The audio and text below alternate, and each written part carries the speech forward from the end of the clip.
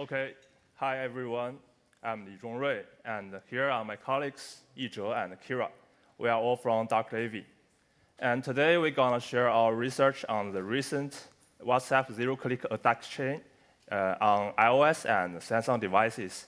We will share how we analyze and reproduce the old bugs, as well as how we find some new vulnerabilities in Samsung's image libraries.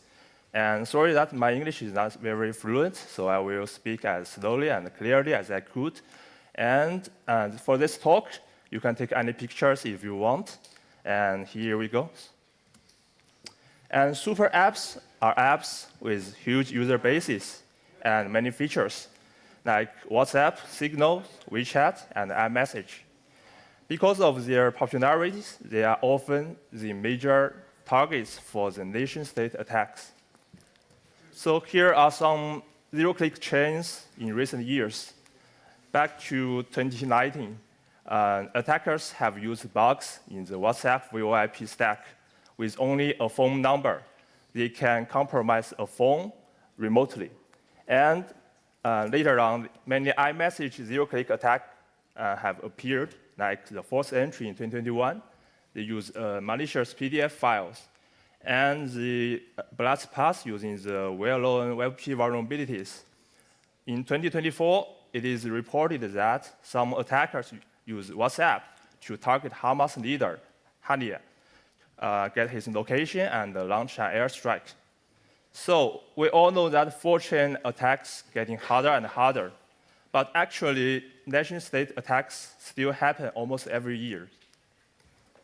So our story starts from an iOS bug, CVE 2025-43300, and it is very famous. I think most of you have heard about it. It was fixed in iOS 18.6.2, and in August, Apple urgently fixed a bug in the ImageIO framework, and it may have been exploited in an extremely sophisticated attack. So we thought this could be a very powerful bug, and we started analyzing it right away.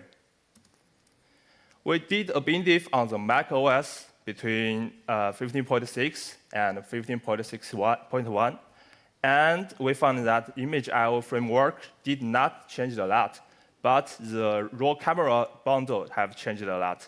And after a deeper analysis, we found two main functions get security patches. The one is the DNGerousLINK unpacker, and the other one is the lossless JPEG unpackers. And anyway, it was clear that these patches are mainly about DNG decompression functions. And so first, before introduce any security stuffs, let's have a quick introduction to the DNG format. So DNG mainly stores raw images. It is basically an extension of the TIFF format. Image file has three main parts: a header for byte order and version. IFDs, which is the image file directories, contains metadata like width, height, and compression. And the data area that stores raw pixels, it is usually compressed. And an image is made of pixels.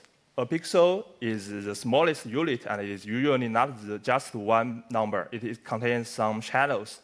And samples per pixels, this metadata means how many channels are in one pixel. For example, RGB has three samples: red, green, and blue. And bits per sample means how many bits are used for one channel value. Then 1 bit is just black and white, and 8-bit is common, and 16-bit is higher equality. And actually, data in raw files are huge. Therefore, the data inside the DNG format are often compressed. The DNG supports these compression methods. The 1 is for uncompressed. The 7 is lossless JPEG, and the last one is lossy JPEG. And finally, DNG can also include some opcode lists. This adds extra processing steps during the parsing logic. There are 3 stages. One after reading the new raw data, and after linear mappings, and after demosized. And there are 30 opcodes in total, each with different functionalities. And it's really easy to make some mistakes in opcode handling, and we will come back later. And next, let's introduce the attack vector. Different vectors, different apps can trigger the same bug in different ways. For example, the preview goes through the image kit. And while other apps may go through UI kit, in the end, they both call ImageIO APIs to render some images. Then through the core graphics and the core images, and finally, we'll trigger the bugs in the raw camera implementations. So back to the raw camera diff. Apparently, the patches for Lucy Unpacker was much easier to read, and the Lucy part was much more complex. So we start with Lucy Unpacker first. And the patch was very clear. In the old version, it multiplies tile width and height. In the new version, Apple added and checked at each step using 128-bit calculations to detect overflows. So it looks like that the Apple wanted to eliminate an integer overflow here. So it looks very simple. So we just tried it right away. We added a DNG file and made the width and height very large to trigger an overflows. But it was not that simple. Before reaching that code, there was an earlier check. The tile width and height cannot be larger than 20,000. With that limit, the product won't overflow. So this did not sound like the real bug. But after several rounds of guessing and randomly playing with the metadata, we finally triggered a crash, and that made us very excited. And the bug was simple. Just while we played with the DNG metadata, we found that the unpacker didn't check the product of image width and image height. We changed them from a very small values to a big ones like the 0x6000. So the product became negative, and we got out of bounds read and write finally to trigger a crash. So is this 0 days? So unfortunately, no. This was an old bug fixed in 15.4, but we tested on old Mac OS 15.2, so we found it my mistakes. So, but still, ImageIO is a very active attack service anyways. And so what is the real bug behind these sophisticated attack chains? On the same day we found the old bug, the Battery Boy posted a short analysis and a working POC for this bug. He started from dog photos. It is a Lucy's DNG file from a photo gallery website. And then he changed only 2 bits, the samples per pixel from 1 to 2, and the non-components from 2 to 1. And we still don't know how he found this trick, but it triggered an OOB crash in the Lucy's JPEG unpackers. So there have been many analyses of these vulnerabilities, such as the blog post from the Cox lab. So we just will briefly summarize it. And this is a simple overview of the unpacker functions. Firstly, it allocates a buffer based on the width times height times samples per pixel, and to store the decompressed output.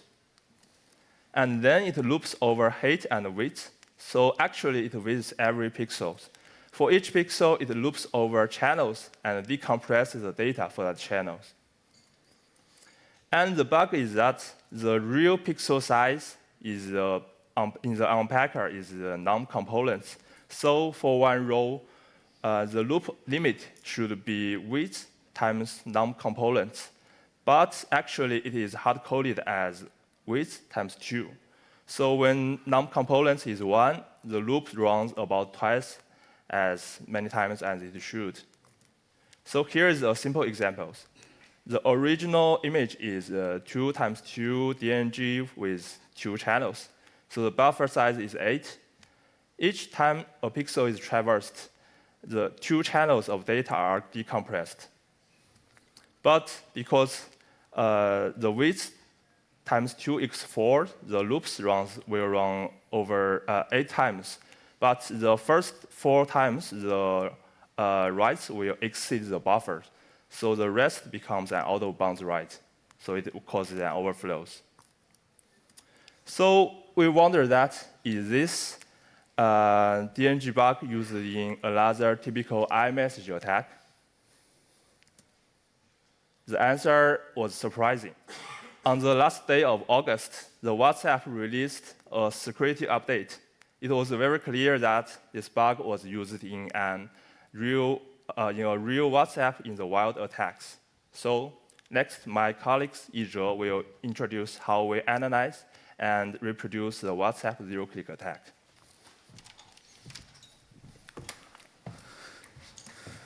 Oh, hi, everyone. And now I'm going to talk about this CVE 2025-55177. And it's the zero-click vulnerability of WhatsApp on iOS, iPadOS, and iPadOS. OK, let's start. Let's first talk about the zero-click attack surface. The zero attack surface in WhatsApp can be roughly divided into 3 parts. The first one is the protocol handling. There are some complex protocol like VoIP, RTP in WhatsApp. There are a lot of states in these protocols, and there are some attack surfaces. And then comes the file format parsing, something like forms, images, and documents, all these kinds of attack surfaces. And finally, it's the message process. WhatsApp deals with messages it receives, and if there are some problems like deserialization, error, or improper handling, it may cause vulnerabilities. And today, the issue we talk about is the last one, that is the improper handling. Now, let's come back to the advisory. We can see that this CVE has a very detailed advisory, and we can see that the vulnerability of WhatsApp is fixed in 21.73 version. And as a security researcher, of course, I want to check that the last version was this vulnerability and perform some patch analysis. So I went to the App Store, and we can see the previous version was 20.84, skipping a lot of versions, which means that Meta does a lot of inner version iterations, and there must be a lot of function updates, and maybe it's difficult to do the patch analysis. But nevertheless, we can still have a try. There are 2 main binaries in WhatsApp. The first one is the main program, WhatsApp, and the shared library called shared modules. As we can see, there are totally about millions of functions in these binaries, and thousands of them are different, and it's hard to find the real vulnerabilities without any information. So the patch analyze approach is not working. So we turn back. Since there is a detailed advisory, we are trying to find the vulnerability again. So let's come back to the advisory. We can see that there are 2 interesting points in the advisory. Firstly, the vulnerability is about the incomplete authorization of linked devices. Linked devices refer to the WhatsApp devices using the same account. And secondly, the vulnerability is not about messages with the image. It's weird because we know that the subsequent chain uses the DNG parsing vulnerabilities, but instead it is about the processing content from an arbitrary URL, and that's very interesting. So let's quickly take a look at the content of WhatsApp message. The WhatsApp message are encoded in its own format, and since there is a web client of WhatsApp, it can be easy to reverse. And thanks to WPP Connect team for releasing a lot of tools to do the reversing. By the way, these screenshots were obtained from their GitHub repository. We can see that the messages is encoded in protobuf, and there are many types of messages, such as image messages, document messages, and etc. These message types can also be composed with a lot of components. And now, let's see how we can turn a URL to an image. It naturally came to me that URL preview is a very promising entry. Firstly, when you import some text in WhatsApp client, like this, if there is a URL in the text, then WhatsApp will try to fetch the content from the web page and generate a thumbnail. However, this thumbnail is not generated on the web server or on the receiver. It's just on the sender. It means that the sender download and pass the image, and then it will generate a thumbnail. Then you put send. You will send the extended text message. Extended message to the, as you can see in this protobuf definition, and the receiver will receive something like this. The message contains just a thumbnail instead of the original image. So it's not quite the same with the advisory because it says that the URL parsing happens on the targeted devices instead of the sender. So the common URL preview features may not what we want. There must be something more interesting. So after some attempts, we found this request URL preview message type in the protobuf definitions. So what is this kind of messages, and why WhatsApp client need this? Let's see. Because we all know that mobile devices or PC devices, they have their own system libraries or web views to do the URL preview, and they can generate the thumbnails themselves. However, when it comes to web clients, they cannot simply preview the URL and generate the thumbnail themselves. So they need the help of the linked devices. To check it, there is an easy way that if you import something in your web client and put your forms in the flight mode, then you will see that your web client cannot preview the URL anymore. And then let's see how the whole process works. Firstly, if you import something in the web client, and it will generate a preview request like this. You can see that the URL argument is in the request. This is a pair data operation request, so it will be sent to the linked device. And the linked device will then fetch the target URL and generate the corresponding thumbnail. And you can see, at this time, the linked device does not require any user interaction. It will automatically pass the image, generate the thumbnail, and send it back to the web client.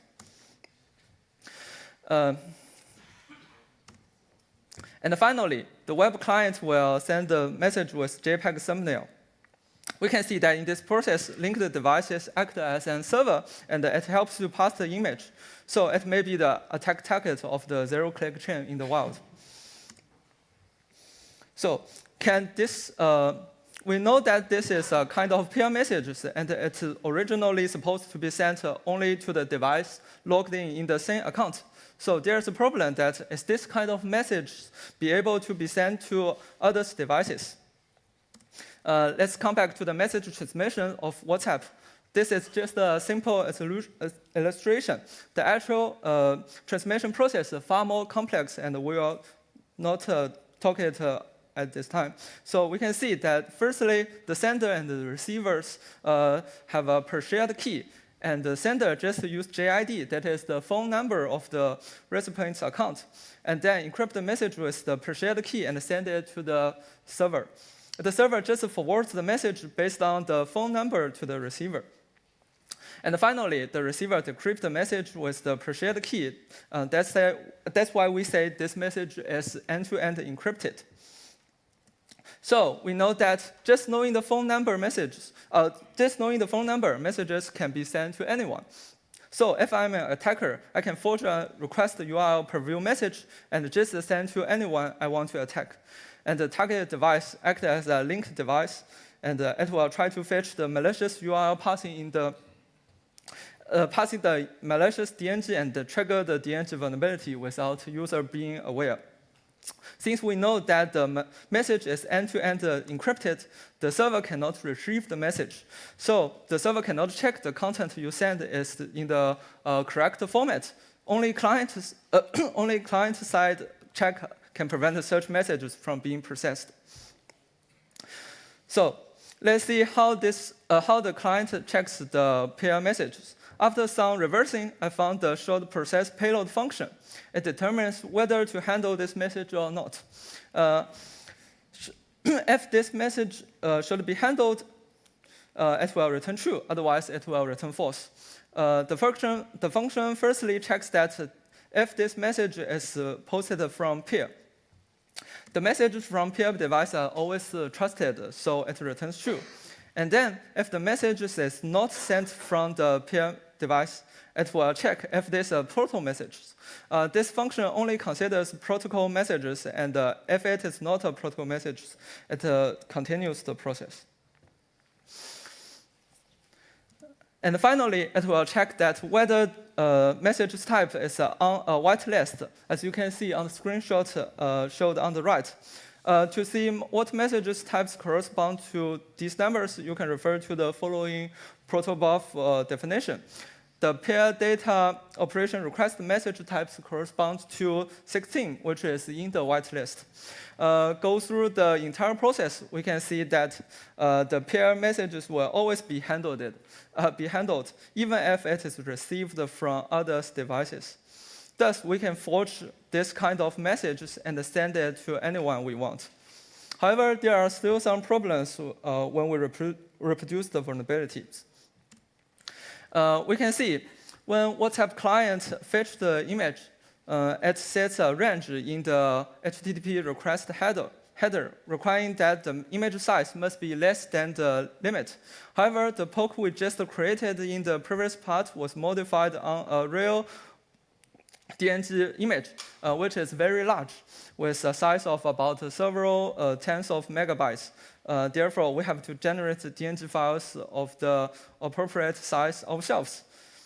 Then we patch a third-party client to send a message to trigger the vulnerabilities and reproduce the problems. Here's the demo. First, we check the versions of the client on macOS, iOS, and iPadOS.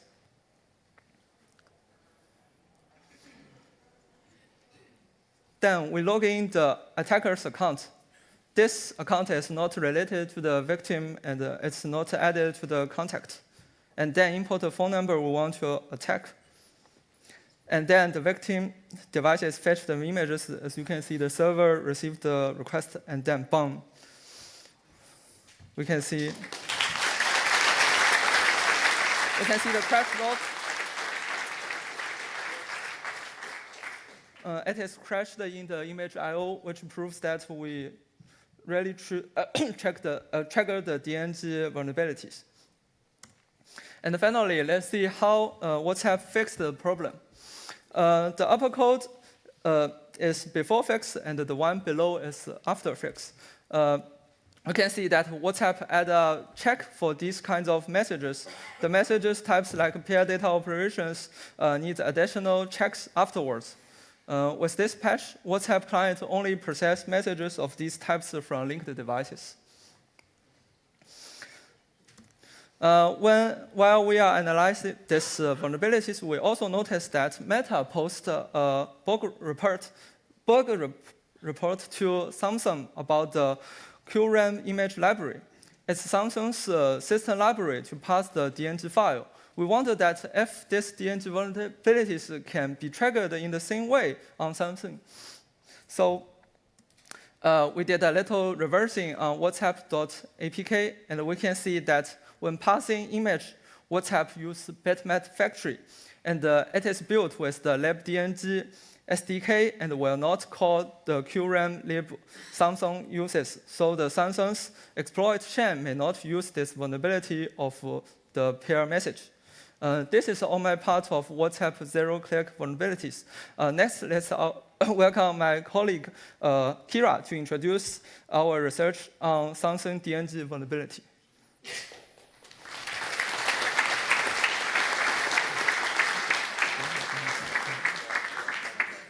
Hello.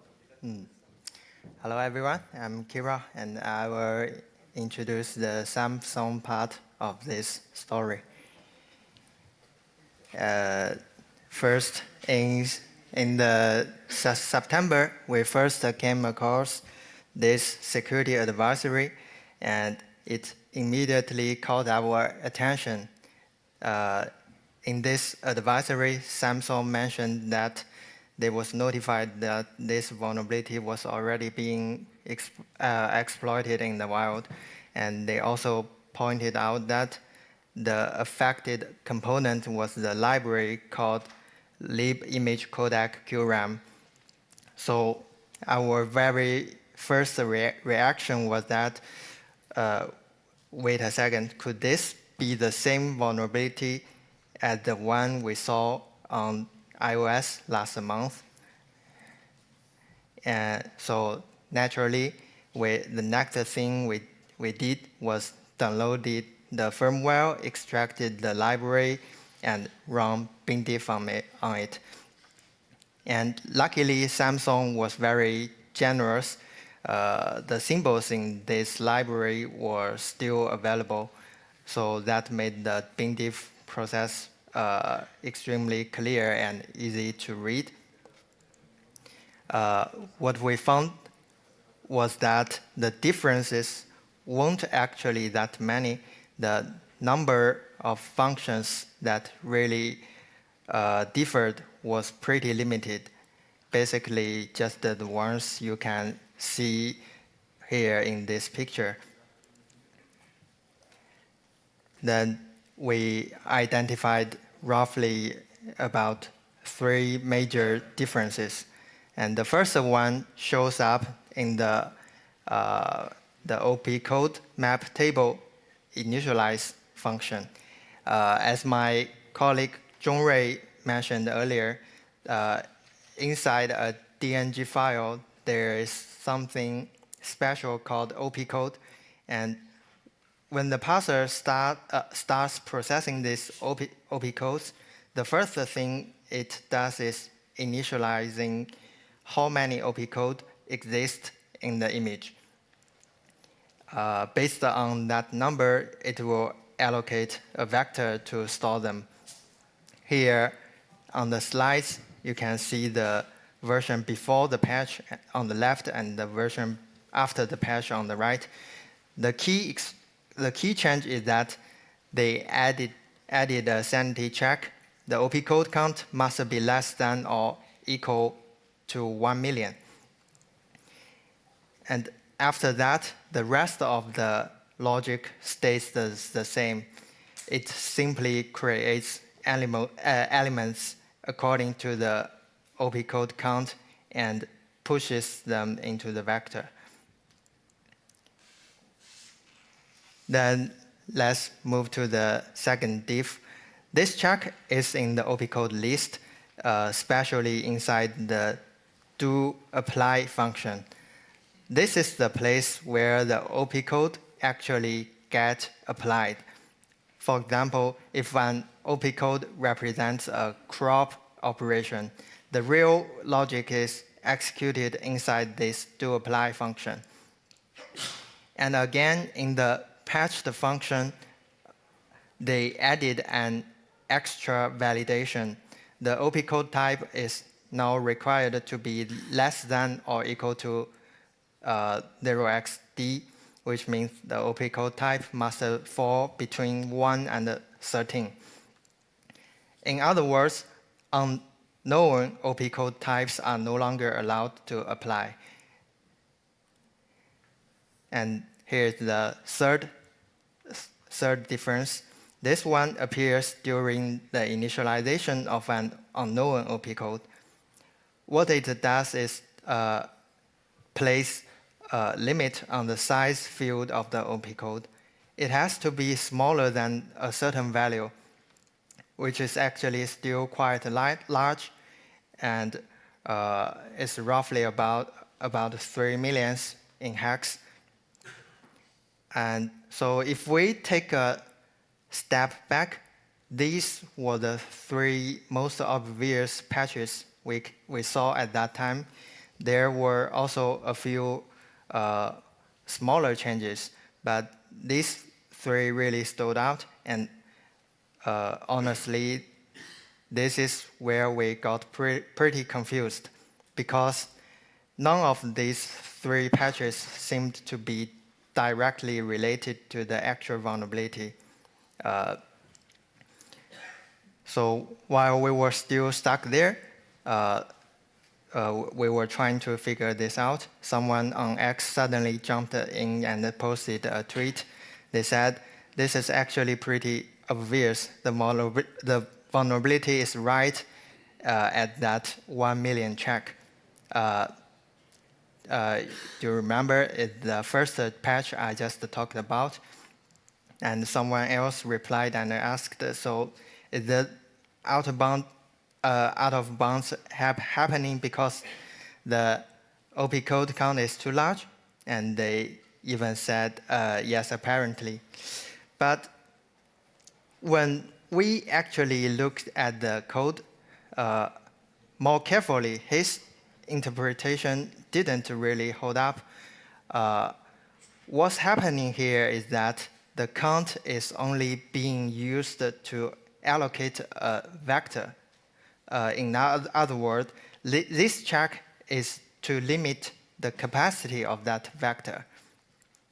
So it doesn't directly introduce a vulnerability. Essentially, it just prevents a DNG image from allocating an excessively large amount of memory.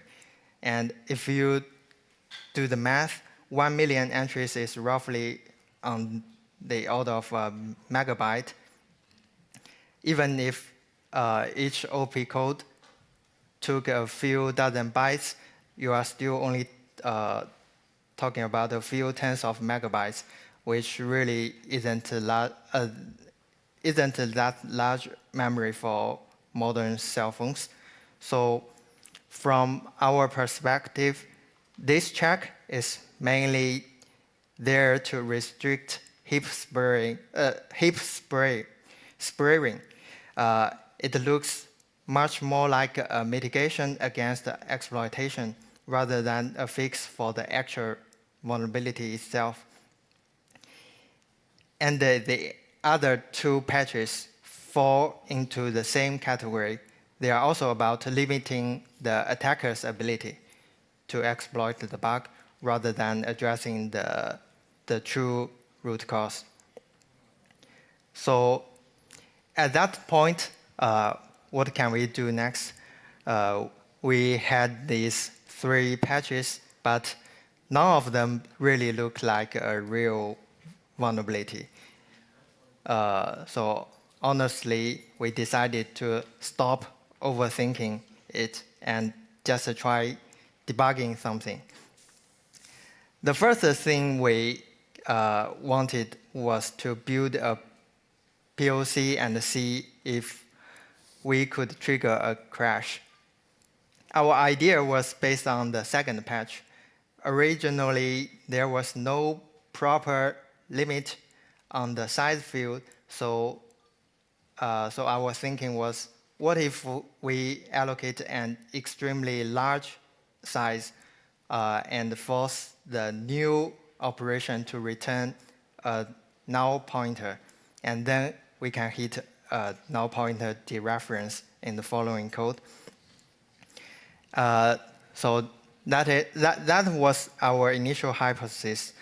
So we constructed a DNG that was about 2 gigabytes in size and fed it into the library to see what would happen. And yeah, the image was actually constructed and loaded by the library. Then what happened? Yeah, as our expected, it did crash. But if you take a closer look at the crash stack trace, this might be a bit hard to see on the slide, but there is a line I highlight here in the middle showing the fault address causing the crash, and that address is something like 0xb4 blah, blah, blah, blah, which is clearly a heap address. So even though the program crashed, it didn't crash in the way we expected. So the question is why?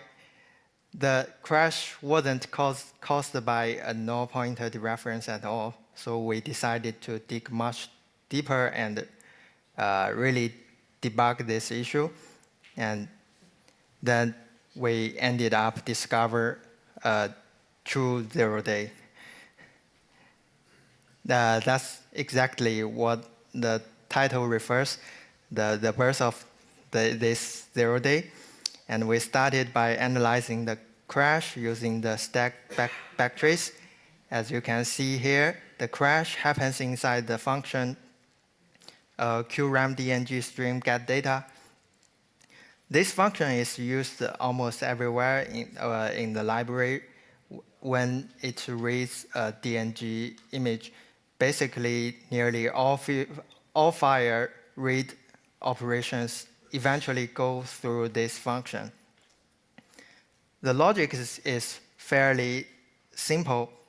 It reads a requested size, but internally it processes the data in step of 0x1000 using an intermediate offset to track how much has already been read. And that's where the problem is. This offset is stored as an integer. Each iteration adds about 0x1000 to it, and because it's a 32-bit integer, once it reaches around 0x7FFFF, it overflows and it becomes negative. So at that point, the code ends up performing a memory copy to a very large negative offset, which is an obvious heap out of bounds access, and that's what caused the crash. At that point, we still didn't really know what this vulnerability actually was, so we just kept testing, and as we continued testing, we hit another crash. And this is the birth of another 0 day. This happened when we tried to reuse an existing POC for the DNG vulnerability on iOS. Our initial idea was very simple. We would like to just take the iOS DNG sample and run it on Samsung, but that didn't work at all. The file wouldn't even load at first, so we tried to adapt the iOS vulnerability DNG into a version that Samsung would accept, just to see how it behaved. And yes, it did crash again, but this time when we look at the stack backtrace, something fell off. The crash was happening inside an OP code called fix bad pixels constant. That immediately raised a red flag. Why would it crash here? So once again, we went back and did a deeper analysis, and sure enough, we had found yet another 0 day. And in the end, these two 0 days had different outcomes. One of them was rated as higher severity by Samsung, while the other one was marked as a duplicate. And we later confirmed that this duplicate was collided with Brandon from Project Zero. He has been finding a lot of issues in Samsung's QRAM library recently. And as far as we understand, this particular issue may not be fully patched yet, according to some unofficial information, and it's expected to be disclosed maybe next week. So let's take a step back and recap the whole story. First, back in August, Apple and Meta released the patches to fix the zero-click vulnerability chain. Then if we look at the Samsung timeline, the vulnerability was actually reported much earlier. In September last year, Samsung stated that they had received a report from Meta. However, the issue wasn't fixed until more than half a year later, around April this year. And interestingly, the CVE ID itself wasn't assigned until this September. Then about 2 weeks ago, on December 13th, Project Zero published a blog post that went into very detail about how this vulnerability was exploited in the wild. So let me briefly summarize what this bug actually looks like. The one natural question is that why didn't we catch it during our earlier bin diff analysis? The reason is that the patch was extremely subtle. It only added a single multiplication. In the bin diff results, the similarity score was 0.99. To the naked eye, the two versions looked almost identical, basically the same. So we ended up overlooking it at that time. As for how the exploit works, the attacker somehow needs to get the victim to save a malicious DNG image onto their device. On Samsung devices, there's a service called IP service. This service periodically scans image stored on the phone and performs analysis on them, most likely for AI-related features. During this analysis process, it naturally passes DNG images, and that's exactly where the attack happens. While passing the malicious DNG, the IP service gets compromised by the attacker. What's also interesting is that there's actually another chain in this whole story. If you look at the Samsung's advisory from September, you can see that the CVE IDs are consecutive. One is 21042, and the other is 21043. This indicates a completely new exploit chain, meaning Samsung was attacked again in this year. But if we go back to the chain that was fixed in April, Samsung never stated in their advisory that it was being exploited in the wild. And on top of that, the CVE ID for that issue wasn't even assigned until this September. So from the CVE numbering alone, you can already tell that these issues are closely related. As for us, we started our analysis after Apple released their advisory, and during that process, we reported 2 vulnerabilities ourselves and the managers to reproduce the iOS chain. At the same time, Project Zero was independently analyzing and reporting similar issues. They've reported many DNG-related vulnerabilities to Samsung so far, and most of those were finally patched in the most recent advisory released this December. So in reality, the story still has a lot of unanswered questions, and honestly, that's the part we find most fascinating. In Samsung's exploit chain, how exactly the zero-click part was achieved. No one really knows how that step worked, and it also raises another question: were there actually 2 different zero-click vulnerabilities? One used last year and another one used this year? Or was it the same bug? We simply don't know. Even though Project Zero published a detailed blog post, they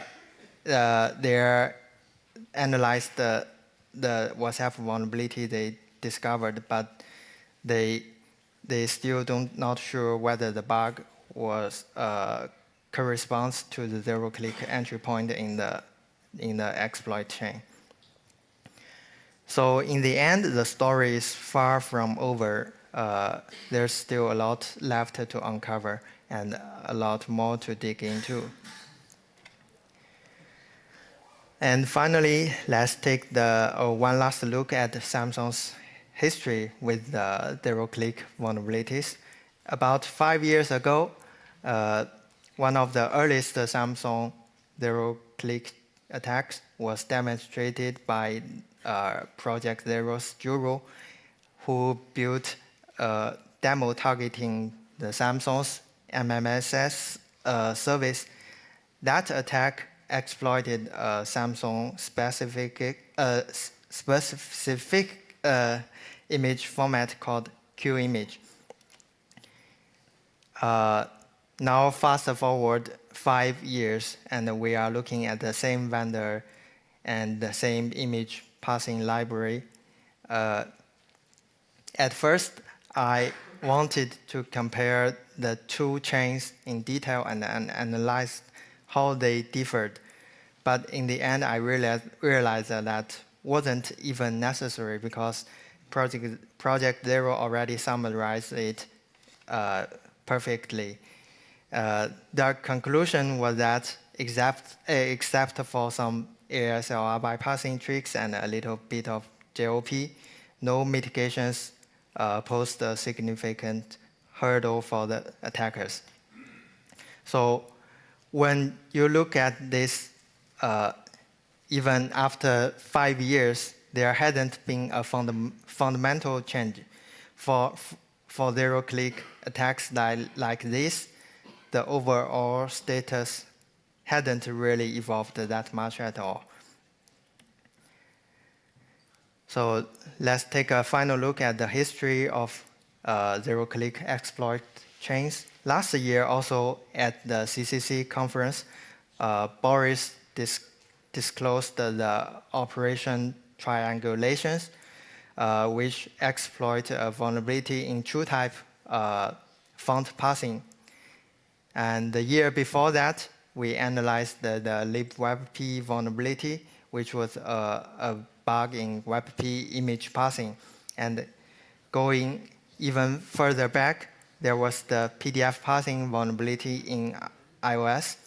And this year, we believe that there were at least 3 different exploit chains, all targeting the DNG image passing. So what has actually changed in terms of mitigations? If we look at the applications like WhatsApp, many modern protections such as PAC, the BTI CFI are largely absent. These defenses tend to be more thoroughly deployed in first-party system applications like iMessage, where security is given a much higher priority. But for third-party applications, they are still developed by the device vendor themselves.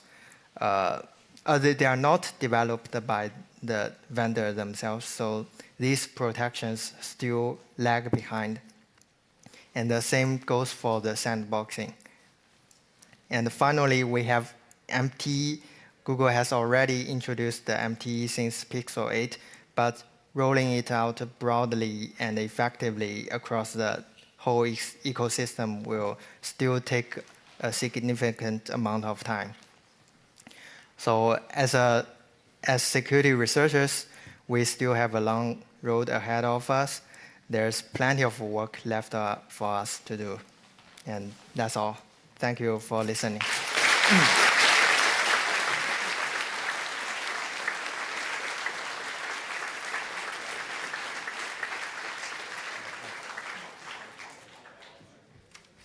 Awesome.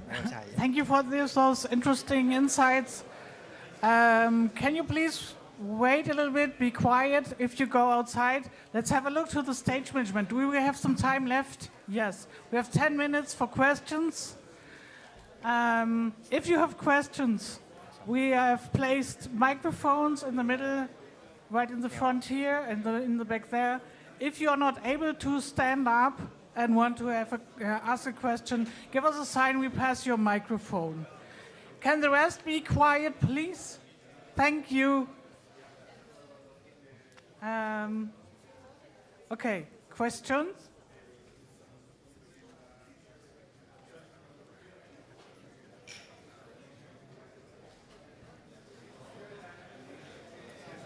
No? Okay. Do we have questions from the internet?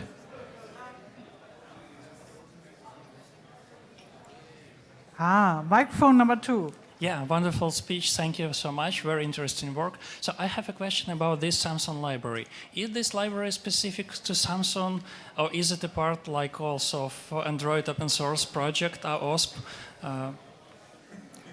It's specific for Samsung only.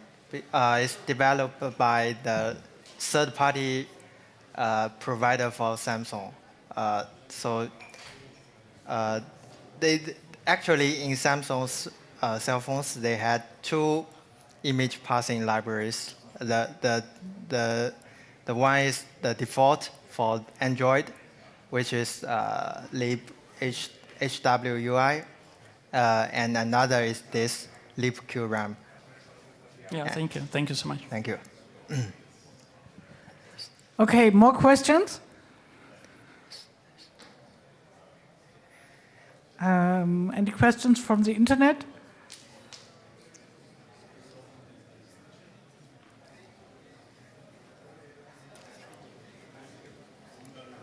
Okay. Okay, I think that's it. Thank you so much. That was really awesome.